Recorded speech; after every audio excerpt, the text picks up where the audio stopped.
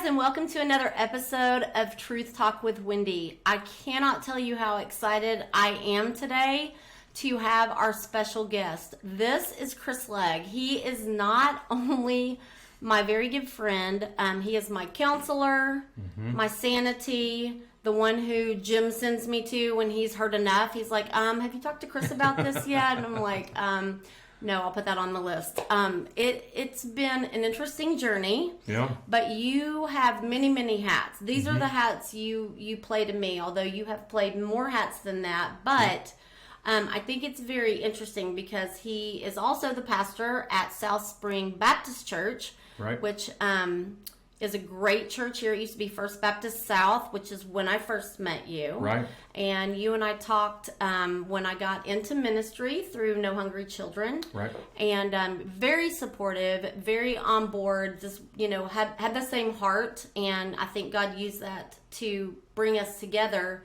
But what was amazing for me was just in getting to know you, right, and the fact that you were a Baptist preacher. That was like, I was like, this is real. He's not really a Baptist preacher. I've told him multiple times, like, you need to stop telling people that, because my Baptist, as you guys know, right, and your Baptist, even though it's the same denomination, it's sort very, very different. And God has really used you to heal a big wound for me in that. And so I have been seeing you for many, many years as a counselor. You've been instrumental in the ministries that I've done. I think it's fascinating, by the way. I was thinking on the way here, I'd love to hear Ben Shapiro host his therapist on his...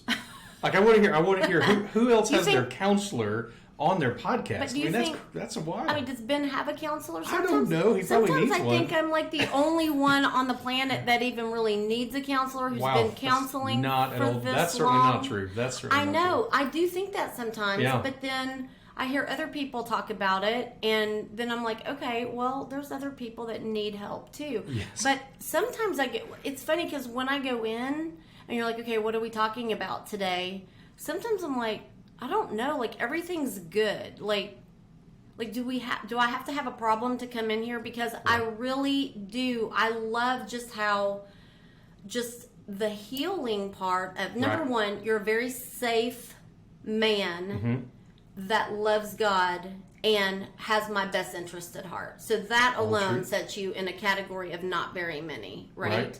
At least in your experience, that's for sure the case. Yes, in my world, in my world. So, some of you might hear things today because when I get with Chris, I get in my own little world because he is just a safe place. My husband trusts him immensely. My husband's been in and seen him many times, but I just start saying things. So if you might get a little bit too much information. Well, we're going to be talking about triggers. Yes. And there may be some triggers for people that they may hear in our conversation today as well. So it's a good thing we're talking about that. Yeah, and that's kind of what triggered this episode is recently in the news, there's been a lot of information that has come out in regards to John MacArthur as a pastor and his cover-up, his alleged cover-up of sexual abuse within his church. So the first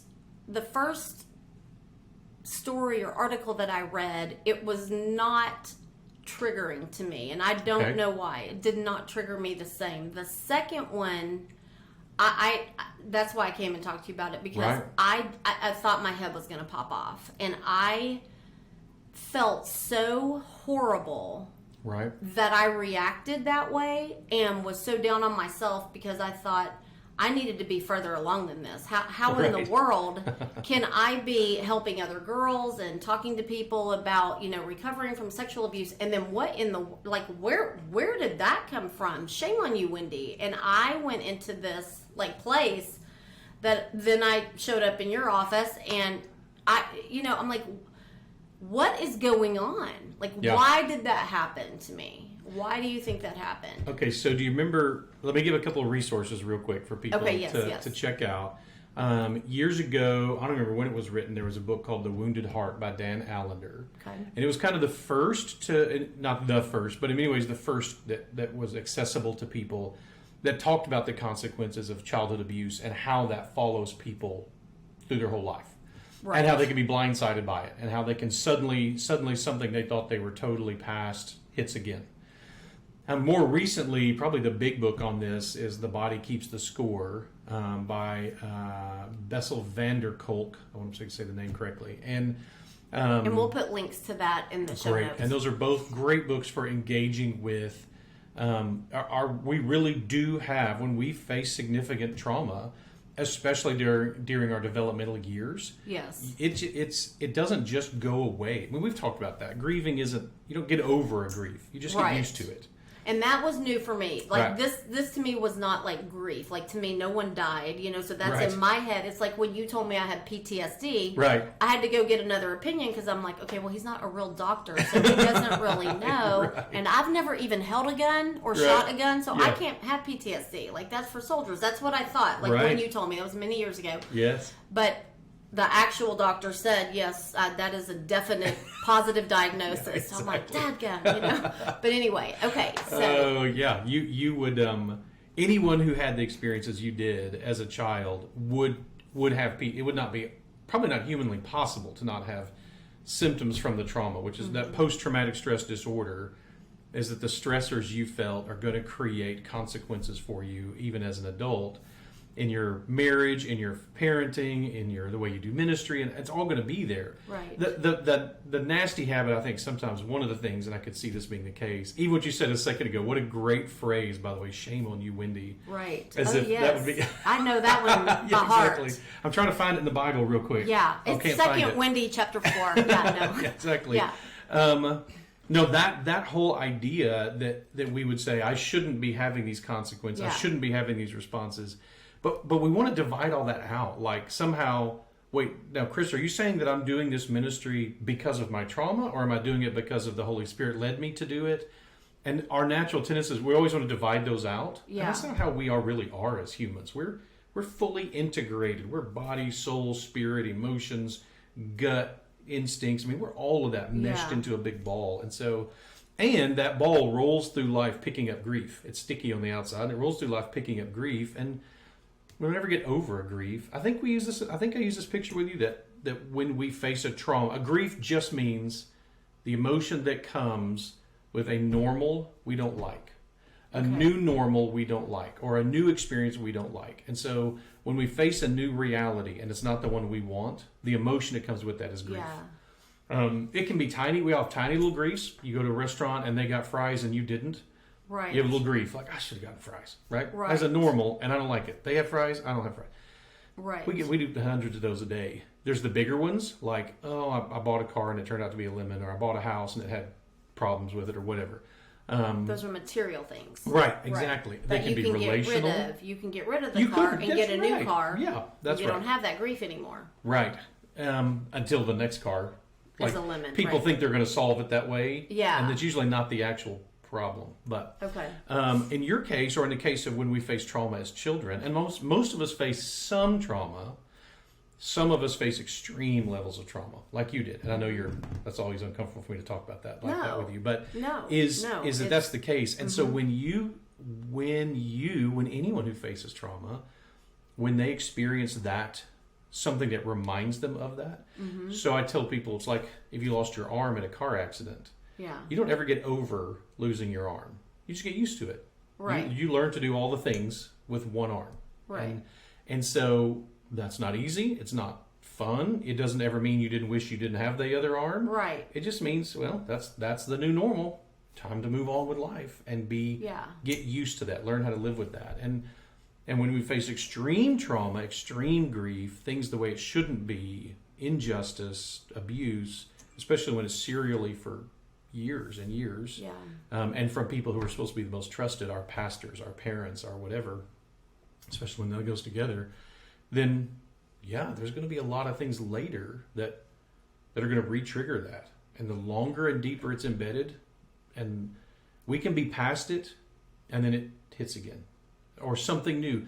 And here's the thing, something that might trigger something today might not tomorrow because you're under different stressors. So if you had a really rough day with your kids, you and Jim had a big fight, well, you're going to be more sensitive to being triggered than on days that you feel strong and capable. And, I mean, we're so complex. I mean, if you're wearing a shirt you think you look great in, you may be less open to being triggered than on days you're wearing clothes that you feel frumpy in. It may be that simple.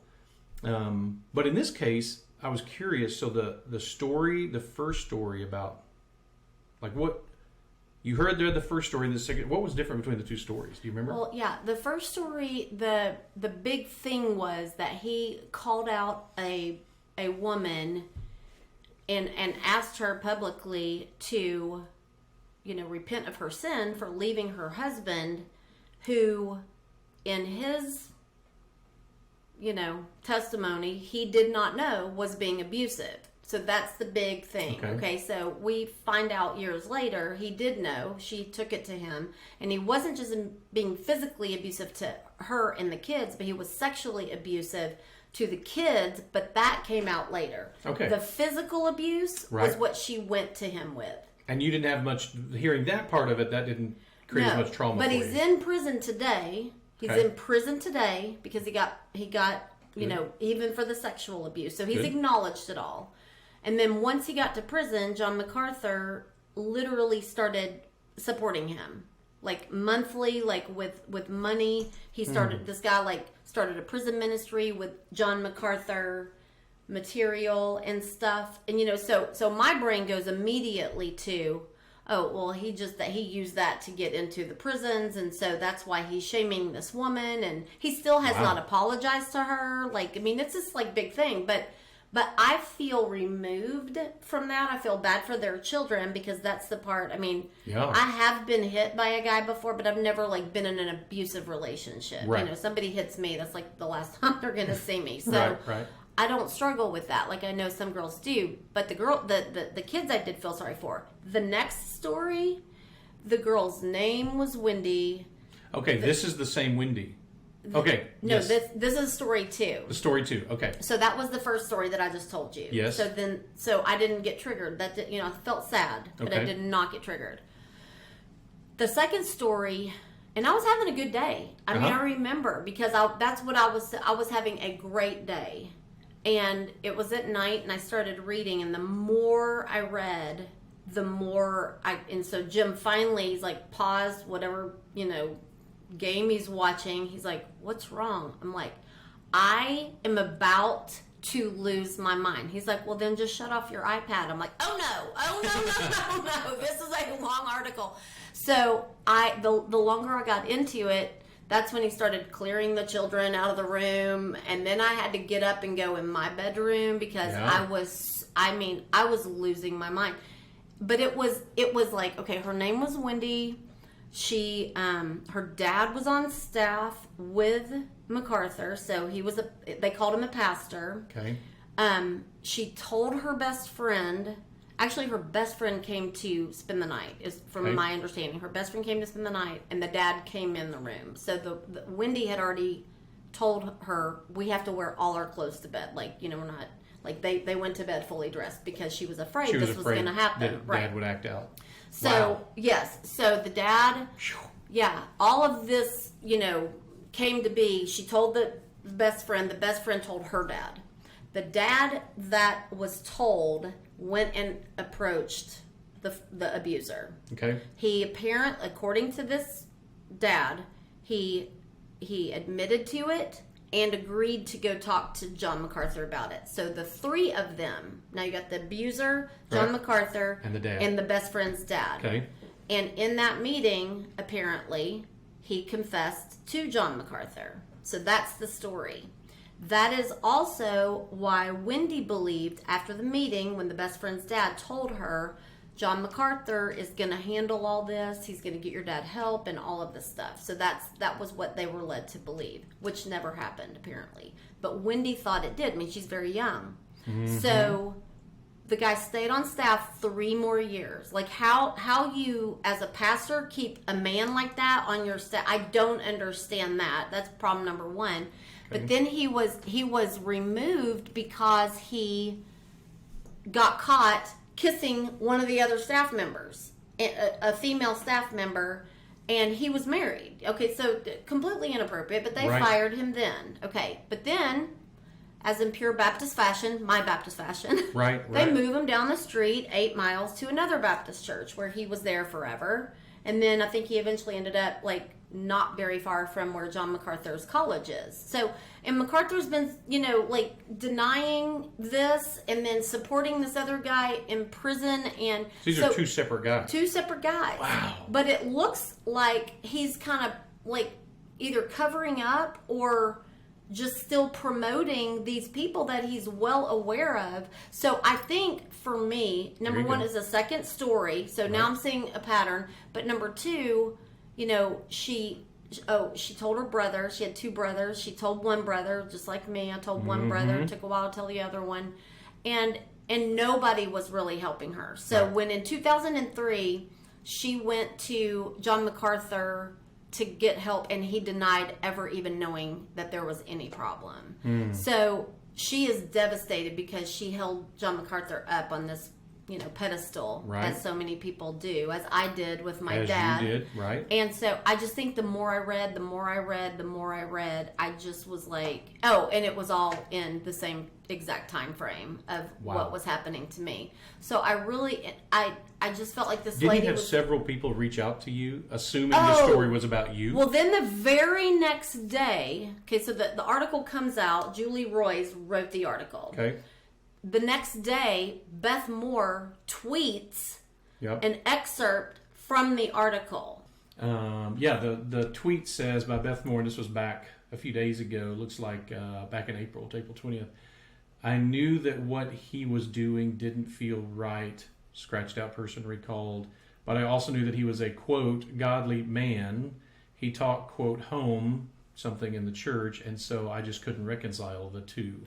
Yeah. And by the way, she puts trigger warning at the front of her because she knows perfectly well what a trigger is. Yeah. Yeah. And so for me, I have said on my podcast, I have said in my book, I've said every time I speak that for me, when I was going through it at, starting at 11, I knew something was wrong, but I didn't know the word sex. Like, we weren't able to learn those things because my dad controlled all of that, right? So I couldn't have explained to you at that point what was going on, but I knew it felt wrong.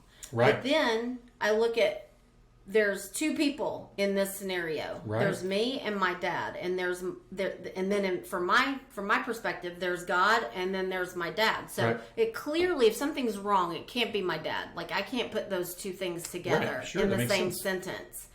I have said that for decades. So I think because the people who reached out to me the day after and said, hey, I think Beth Moore just quoted you. And I'm like, I'm sorry, what? So I get this from 3 different people in 3 different parts of the country.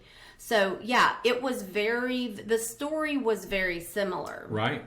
And very hard for me to read. But, and this is a big but, I still felt like, this is crazy. It's not you. Right. I've never met John MacArthur. I've never been to his church. I'm clearly aware this is a story about someone else. Right. Why can't I just read the story and be really sad? Maybe reach out to Wendi, invite her to, a girls' weekend and treat her like a queen that I think she needs to be treated.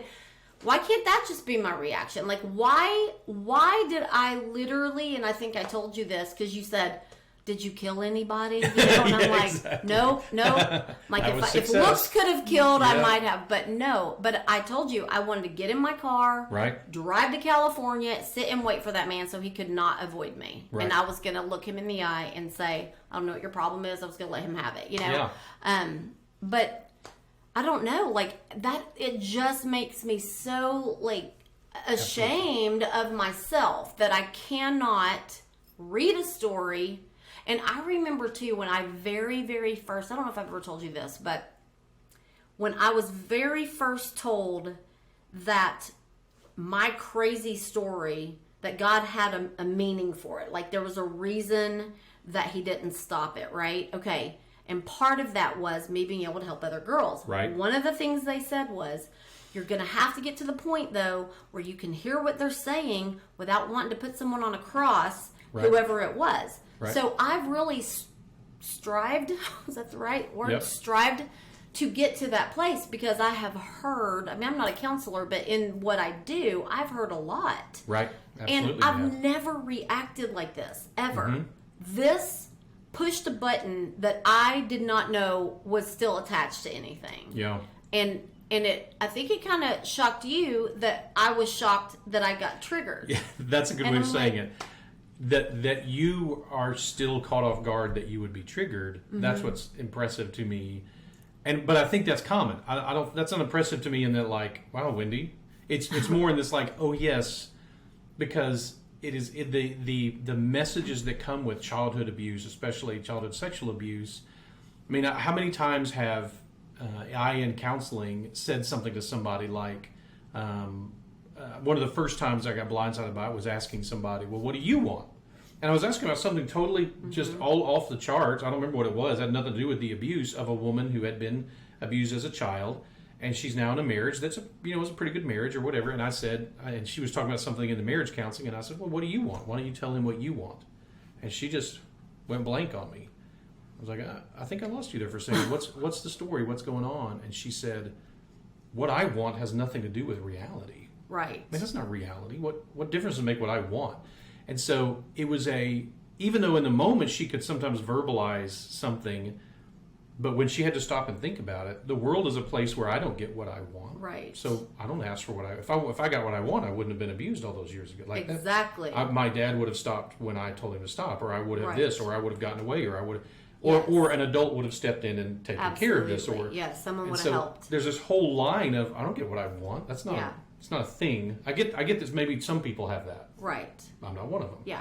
And so I think when you said a second ago, and if we were in a counseling session, I'd have reflected back with that. But when you said something about it's not me, that you're looking and going like, why am I responding with all this, all these feelings of, you said shame, but guilt or whatever, and anger, and so like, why it's not me? Why am I so angry? Well, I mean, that's one. It would be harder for you to feel it probably if it was you. Harder for you to feel anger if it was you, especially early on in the process. Yeah. Another thing, because we have a natural tendency to go, well, that's like you said, as a kid we normalize what we experience, and so, I mean, something's wrong about this. It must be me. That's great insight. That's very natural. Exactly. And something here. I think what struck me that's so powerful about the post-traumatic stress and the stress trauma that comes from something like this is that one powerful connection point is when we say, that's not me, but it could have been me. Mm-hmm. And when we see something that could have been us, we think that takes us back into, you could easily have had an adult step into your situation and say, you know what, I'm going to take care of this, and then not. Right. And you could have put trust in them and then watched them fail it too. Yeah. And so everywhere along the way, you're connecting with, and again, this isn't even subtle. You had people reaching out to you. Oh yeah, everybody thought it was me. Right? Yeah, it's so similar. Yeah, it is very similar, and the fact that she has my name, didn't make it any better. No, it just, of course, the linkages were just piling up. Yeah. Then, so one, you're reconnecting to your own experiences through the lens of another person, but that's actually part of it, is that it's a lens of another person. Mm-hmm. When you tell your story, you've told it enough times, and it's you. Okay, let me go back and retell this a little bit differently. I had a client who knew me through where I worked out at Pine Cove. Mm-hmm. And she came in to deal with some abuse issues in her life, physical abuse from dad. The dad was aggressive and sometimes even physically abusive. And so she had an older brother, then it was her. And so, I think that's right. Yeah, older brother, then it was her. And so she said there was a day when her dad got really mad and he reached back in the car and grabbed her little brother by the head and started pounding his head against the window on the other side, yelling at him. Yeah. And she said, so she reached up and tried to grab his arm to make him stop. Right. And he, again, I don't know how he did this, but he somehow just turned around and shifted and then grabbed her head and started beating her head against the wall of the window instead. My goodness. She told that to me like she was reading from the back of a cereal box, just like I just told it. Yeah. Because it was her. Right. This was her experience. She's telling her experience as it's an event that happened, right? Right. She's not interpreting it. She's not putting value on it. This is just facts. life. Yeah. So she knew my family, and we just happened to be at exactly the same age with my eldest son and my first daughter as she had been at that stage. Oh, wow. Now, again, she knew us through Pine Cove, and so she knew my family a little bit. We weren't at that stage close or anything, and so I said, and I could tell, I mean, she just told the story very unemotionally, like it's nothing. And I said, gosh, I wonder what your emotions would be, how you would describe that. I said, if you were to imagine me reaching back and grabbing my son's head, and I got that far, and she just lost it. Wow. Because our natural tendency is to go, well, that's me. Yeah. It happened to me. Wow. We've lived in that, so it sort of makes sense to us. I think part of what happened to you was, it's Wendi, but it's not you. Yeah. It was some other poor girl was being treated this way. Yeah. And it wasn't you, so it became very real. And what happens is all of a sudden our brain begins to put pieces together and goes, this is real, this is infuriating, this is unjust, this is wrong, this is evil. How did this stuff happen? How would anyone do that to a child? Mm-hmm. Oh, wait, that would apply to me too. And and it's like it can crash over you pretty strongly. Yeah. And I mean, you couldn't script someone's story being more similar. I mean, frankly, it was when you were telling me the story the first time, I was bouncing back and forth between horrified and almost like, there's a weird dark comedy in this. Like, right. Well, her name is her name is what again? Right. Like, I remember I asked you, I was like, is it spelled with an I? Because and I said it's not. No. That was the one difference. But in reality, my legal name is with a Y until I got out here because I wanted to change my name to, I wanted to be Madonna just because I knew that would make my dad mad. But I didn't like really Madonna, so I wanted to be LaDonna. You don't mean the virgin, you mean the like a virgin version. The like a virgin, yeah. the one that virgin. Yes, right. So, but it was just too, at 14, what do? You can't just drive yourself to the courthouse. So I'm like, I'm just changing the spelling of my name. And then eventually I think just, the driver's license people and the social security people, they all just caught on. I've just always spelled it with an I since then. There you go. But I just wanted something to change. So technically, we even have the same spelling of our names, which is just crazy to me. But like when I was reading it, I remember, and especially when I saw the dates, I remember thinking, had I known what was going on in that girl's life, I would have somehow like made contact with her and like together we might have been able to like do something to help each other. But we both didn't know. And so she thought like she was alone. I thought I was alone, and which is what I think everybody thinks is that they're alone. They're the only person that's going through this, which is why I think it is so important that we like this needs to be a topic of conversation, not once a year, not like, Mission Sunday. Right. This needs to be like all the time. It's just an awareness of kids are the most vulnerable. Right. And if we don't protect them at all costs, even if it's uncomfortable for us, if it becomes part of their, and I'm saying age appropriate, obviously. I mean, I have littles and then I have, bigs, but if we don't make this part of their, this is like everybody knows stranger danger, from my generation, right? But it's not stranger danger anymore. Right. It's like you got to know what's going on inside your own house, and you have to have a trusted adult that no matter who you come and tell them, this is the person that's hurting me, that you'll be believed. And that's what I didn't have. When your dad's the pastor and he is controlling everything within the compound that you're allowed to roam about. Right. Every single person that comes to work there is on his payroll. So, years later, decades later, when he did have, the Lord sent me back to say, this is what happened to me. I mean, there were several adults that came to apologize to me. Like, I am so sorry I didn't see it. And I'm like, honey, you would never have seen it. And what would you have done? Like, really, what would you have done? Right. Like, I mean, nobody was in a position to go up against him, Yep. And it's funny because even just this morning, when we were talking, like the way I see my dad today, and the way my brother sees my dad today, right? It's so different. And I'm thinking, why in the world I love my dad. I'm so sad that he's not in my life. I know why he's not in my life, and it is for not just my good, but my family at this point. But my brother is like, I don't, it's like I'm like, are you just faking that to make me feel better? But I mean, he just does not have that. No, now I know. Why would he? Well, I think part of it is because he's a man, but I think the other part is because it happened to me. That's right. And he couldn't protect me. Right. Because I said, if the roles were reversed and I found out this happened to him, honey, I would be like, that's right. Yeah, it is so different. We normalize what happens to us. We normalize so it. Different. We integrate it as though it is what is normal. It's one of the hardest things sometimes about therapy is that, and parenting, is that our instinct is to call how our family treated us love. Now, it may not be love, but our natural instinct is to call it love, and we have to decide not to love in the same ways. Yes. As adults, and that's one of the good things therapy is actually helpful to people for, is to evaluate, okay, here's what I was taught was love. What of this is love and what isn't? I want to keep some of this. If there's any love in there, I want to keep it. If there's not, I want to toss it. Yes. But it's hard for us by ourselves to evaluate that. Because we don't child in us wants to call it love and be loved by that family, no and matter what it that's all costs. we know. Right. And then the adult in us may want to throw all of it out. Yeah.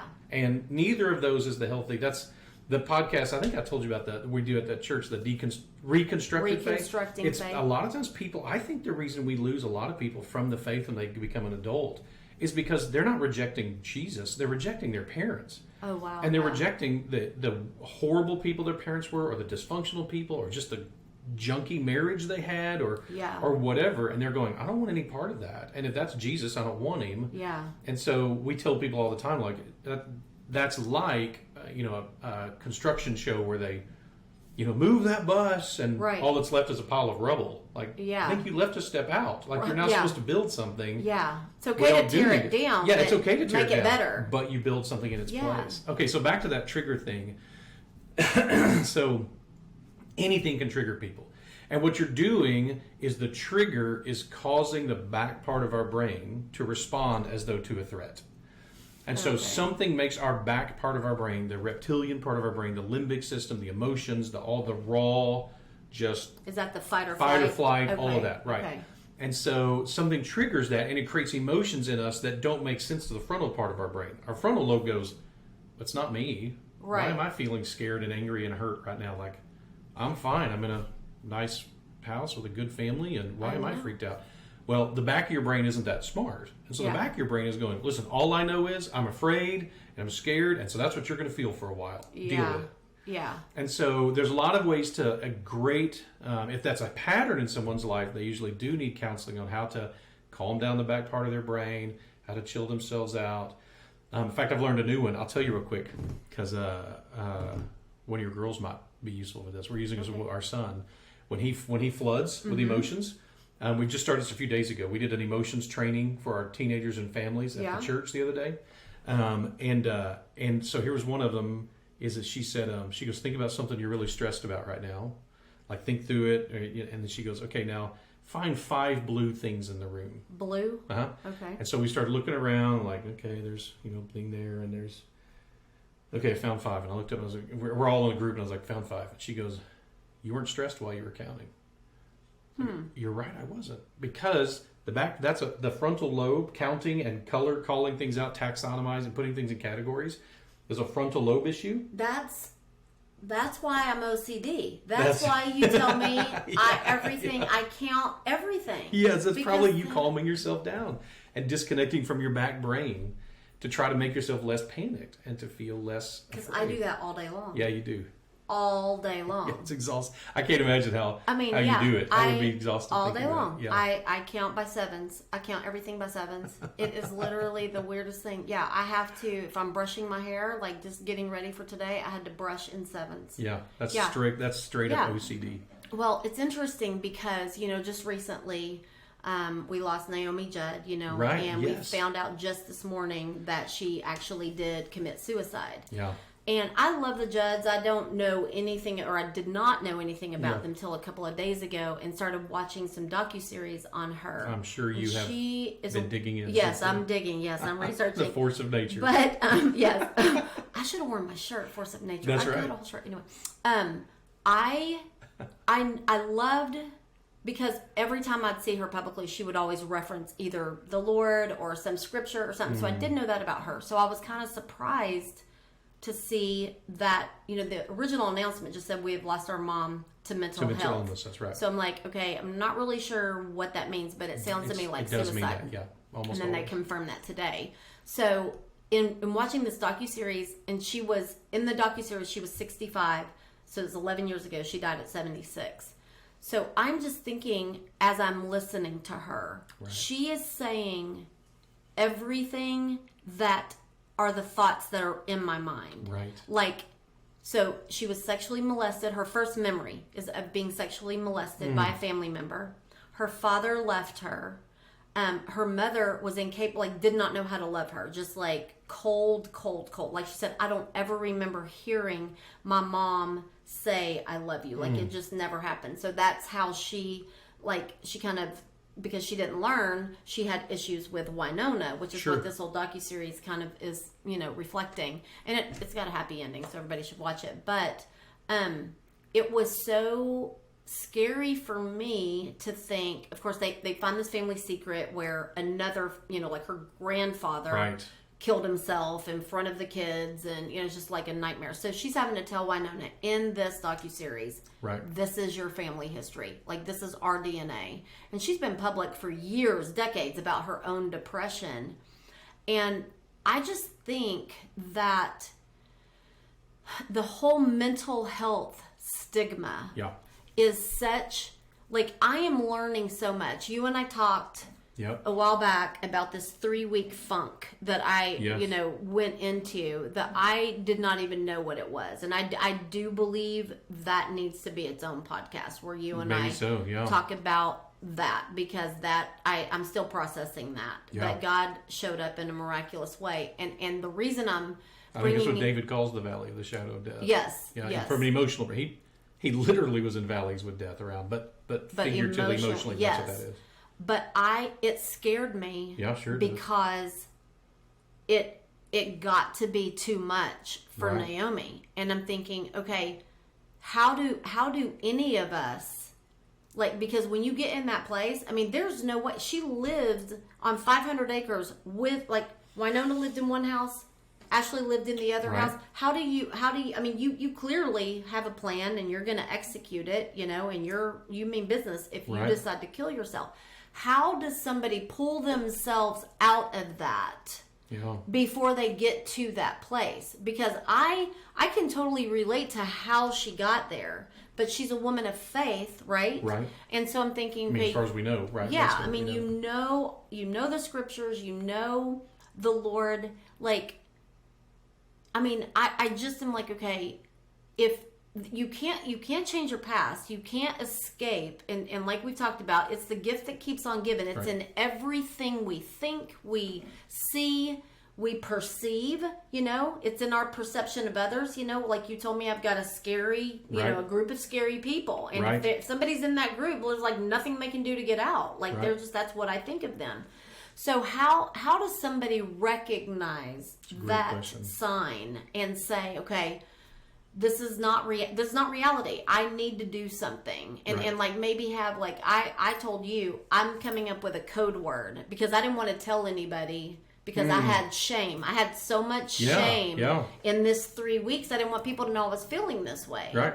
So I needed a code word. You're strong. You're a force of nature. I'm a force of nature. Where there's a Wendi, there's a way. You can get yourself out of this, so let's move it along. Right. But my motivation was gone. Everything, the Wendi everybody knows, just what she, I don't know where she went. Yep. But I was very present here. I just was not myself, and I don't like that feeling. And I've asked the Lord many times, please don't ever put me through that again. Don't ever let me go through that. How can somebody that might be there right now, now, how can they pull themselves out? So there's a couple of things I'd really encourage. One, you want to spot it as soon as you can. And the temptation to isolate and withdraw is exactly the wrong temptation. It makes sense that that's what you would want to do. It's like a dog that's wounded goes to hide and lick its wounds. In physical, that may be smart.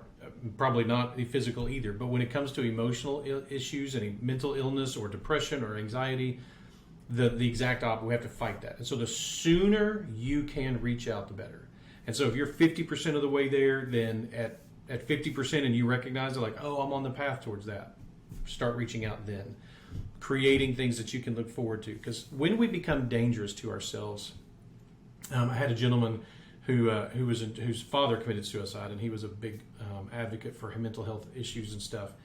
And he gave this beautiful, there's a sermon actually, a longer version of this, a couple of them at southspring.org, that if you go find the sermon series called The Struggle is Real. Okay. We'll link that too. Good. We'll link everything we're talking suicide, about. Suicide, mental illness, all that kind of stuff is a part of it because it's all in the Bible. Yeah, absolutely. There's anyway several ways to commit this, but the is when we get dangerous is when we begin to think there's only two paths open to us: a short, quick death or a long, painful death. Right. And when we come to the conclusion those are the only two options that are ahead of us, we're essentially truly suicidal. Right. And he connected that to like the people on the World Trade Center when the floor is melting underneath them. Yeah. And they've got two choices: they can burn to death, or they can fall to death. The window. Yeah. And in their case, that was actually true. There were only two options: long, slow, or relatively slow and relatively quick. And that's not irrational. When you're actually in that situation, when you're in the burning when you're building, actually in a burning building and your shoes are melting, floor, right, and your shoes are melting, right? It's like only when your shoes are melting, the building is burning up under you. Yeah. So, but emotionally, we sometimes get there because we feel alone, or because we feel disconnected from God, or we feel disconnected from other people, or we're not sure what to feel, ashamed, guilt. Those are common. Shame and guilt are always connected. Yeah. When we ruminate, meaning we start with one thought. I told a lady, I would always use her example when she came in and said, my husband, I had a fight this week, and she starts telling me about, and he's probably going to leave me someday because he's not going to be able to put up with me because I'm such a crazy person when I fight. And before she was done, she was like, I'm probably going to end up being a stripper and a prostitute, and I'm going to have to sell myself in order to pay my drug habit. And I was like, let's time out here for a second. What happened is you get a fight with your husband, right? But you don't have all the emotions of being an addicted prostitute, like right. I think that's a leap. Like I think from here, a little bit of a stretch. But we do that. Yes, we go. I mean, when we talked about it, I'm supposed to be Wendi. I'm supposed to have it all together. Yes. People are gonna. My ministry's gonna be over. People are gonna think, and so we end up ruminating, which just means chew. We chew on it. We chew on it and chew on it until it becomes something really disgusting and unrealistic.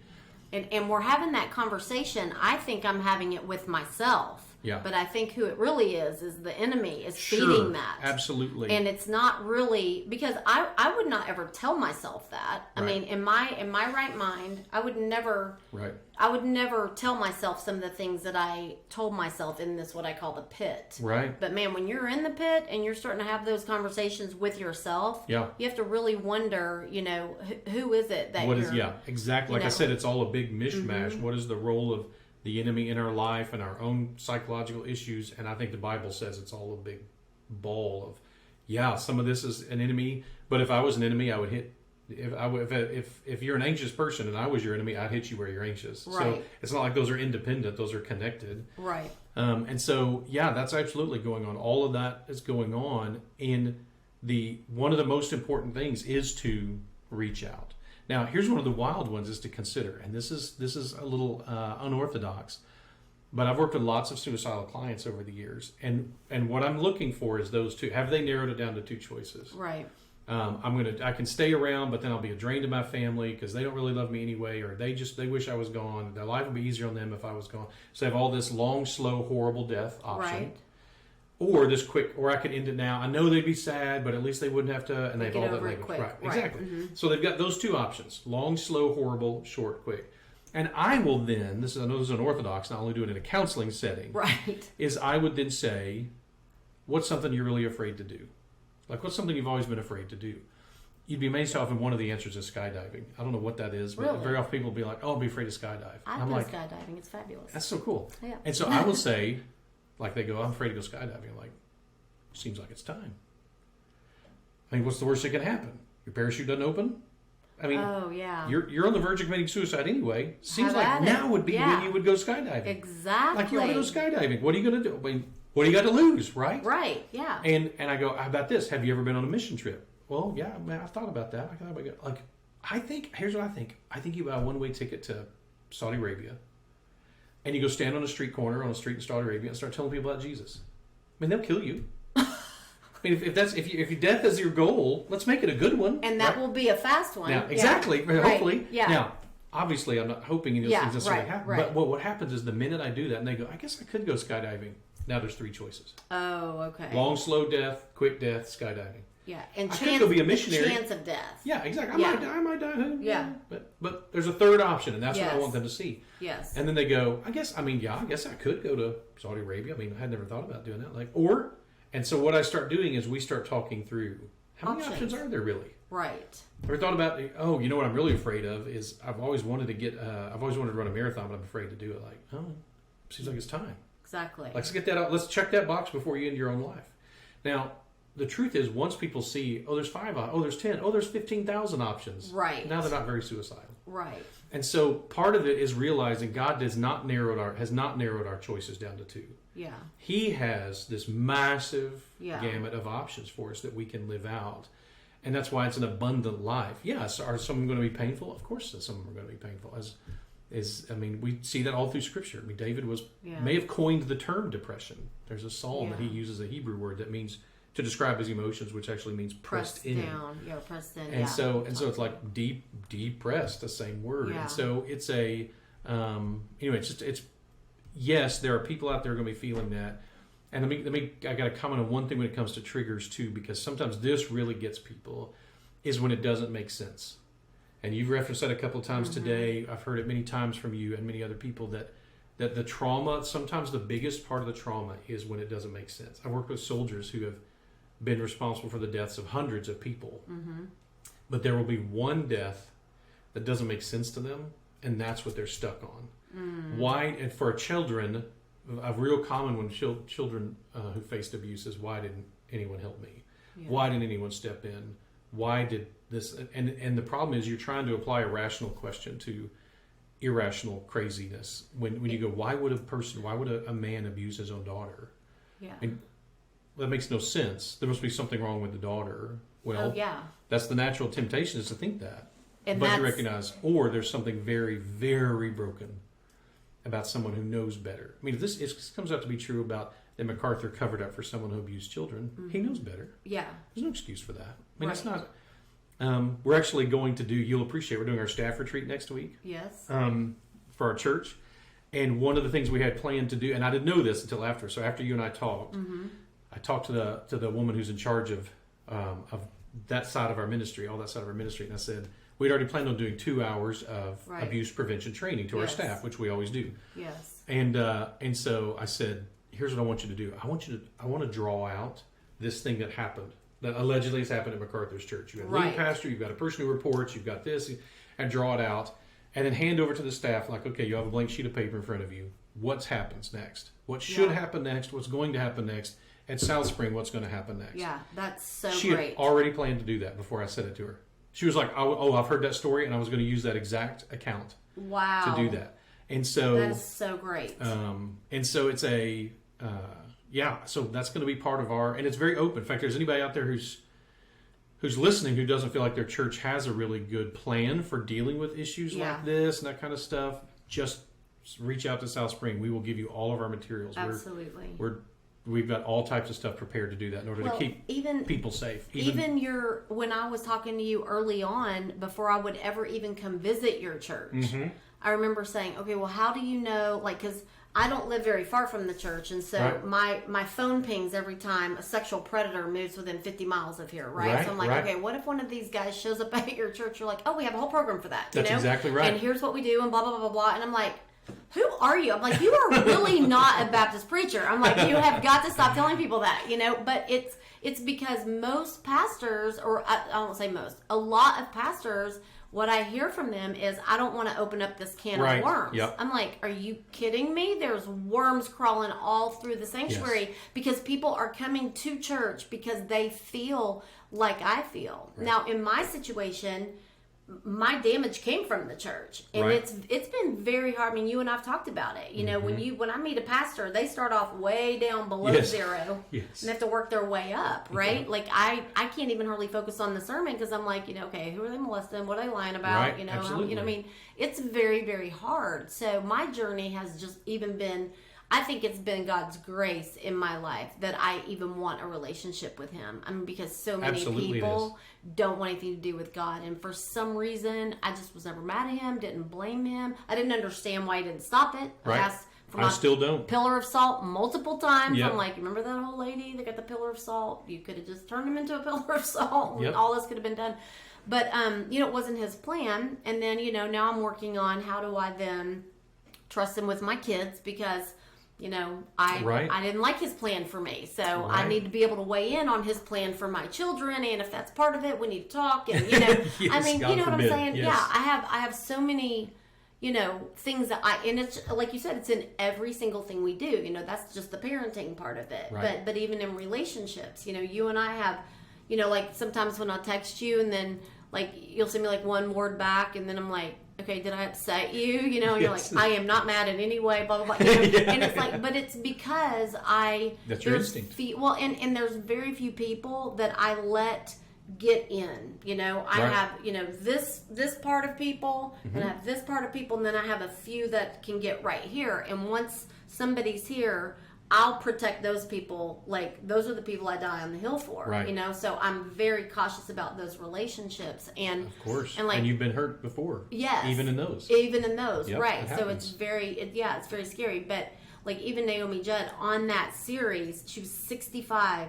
and just for the first time telling anybody Yeah. what happened to her as a kid and finally agreed to share it with Winona, who was 46 at the time. And it totally changed their relationship because Winona only saw her mom as this just hard-nosed, hard on her, Right. like very just, but she saw her mom in this vulnerable place. And for the first time, it just bonded them in a way. I mean, it was crazy to me that they could be that close and not know. But of course, the very first time I ever shared my story publicly, a lady came forward, married 50 years to her husband. He had died a couple years earlier, and she said, I've never uttered these words before, and my husband went to the grave never knowing this, which I can't imagine, but she said her dad did the same thing to her Wow. that mine did to me, and that she now felt free to talk about it because she had heard me talk about it. That's the best thing that's come out of my Absolutely. story, That's is so cool. getting other people to talk about it, Yep. because I think that's where the freedom comes from, is in just being able to share it freely. So, anyway, I could talk to you until 2 Thursdays from now and maybe be kind of caught up, but we're going to stop it from there. Perfect. And, This is great. Thank you for letting me come on thank and you so much. So much. Of course, I'll see you again this week, but, and we can plan for the next one. But, I really do think there is so much that people are internalizing and isolating with those thoughts. Makes sense. And I had a good 3 weeks of that I feel like that maybe God allowed in my life to make me aware of Once it. again, yep. And that So you comfort others. and that and that you are such a encouragement. And I want to ask you too, if in case this is an option. Yeah. I know you're hard to get into, but can people, if they're listening from wherever they are, I know during COVID you offered telephone appointments Yep. and whatever they're called, video chats. Teletherapy If somebody is really struggling and they don't have a good counselor, is that a possibility to call in or to maybe contact us and then Let we me can get them. That would be great. Yeah. They can go to alethiacounseling.com. Okay, we'll put that in there. ALETHIA, alethiacounseling.com, and make contact that way. Yep. And then if they're in a different state, there may be rules about that, but we can figure that out, what we Okay. need to do. Especially if they're in Texas, then yes. Because we have now, and you probably know this, but we have now, on top of like 15 therapists here in Tyler, we've got another 15 in College Station and different, Houston. Yes, exactly. And so, anyway, we'd love that. So definitely I would encourage you, if you're in anything like that, any situation where you're struggling like that, one of the powers of a therapeutic relationship is that you don't have to worry about what they think of you, because that's not their job. Exactly. It's a one-directional intimacy. You're telling them about stuff, and then when you're done, you just fire them. I mean, you're done. Like, bye. I'm not paying you anymore. I'm not scheduling more appointments. But they're a professional. They know how to have that kind. So it is like a medical, except it's not medical, in that it's one directional. I mean, if you go into the doctor's office and he's wearing a gown, something's going wrong. Yes. And so it's the same sort of thing. When you go to a therapist, their job is to listen to you, reflect back, give you the guidance or the discussion of how to talk through these things for yourself. Yeah. But then, if by some chance they're a terrible therapist and they think you're a horrible person, so fire them. I mean, you just fire and move on. Yeah. And so that's part of the value of that. So sometimes when people get stuck and they feel like they can't reach out, a good first person is a counselor. Yeah. Because there's no ramifications of then ending that relationship. Right. So I'm a big fan of that. Anyway, so that's a good place to start. Obviously, church, friends, all that. And any place can be safe. Any place can be unsafe. You just have to be wise and engage with that. So this is great. I'm sure there will be some people who will be helped by hearing about all of this, and they can look up those books at the beginning. And there's all kinds. I just as a quick search, there's a million different things that talk about what triggers are, and what they can be based on. Anything, smells and sights and colors, or somebody having the same thing you do. Well, and the main thing that I learned after our session about all of that was that I think you said you would be more concerned if I didn't have a reaction because of how similar our stories were. You'd be like, okay, is your heart beating? Do you have a pulse today, Wendy? Because I'm being triggered. And it wasn't me. Exactly. It sounds very similar to what we've been working through for years now. Yeah. So, to let yourself off the hook. Please have some grace on yourself. And you just move on to the next thing. So anyway, guys, thank y'all so much for tuning in today. I do want to say if you are in a place where you are really feeling, those are your two options, like what Chris was talking about, please reach out to us. You can do it anonymously. We will put a link to our email in the show notes. You can do it it's all confidential, but I can definitely direct you based on where you are to a great counselor, and of course, just be there to encourage you myself. But it is not a place where you are by yourself. So let me just make that clear. So thank you guys so much for tuning in to this episode, and we look forward to seeing you on the next Truth Talk.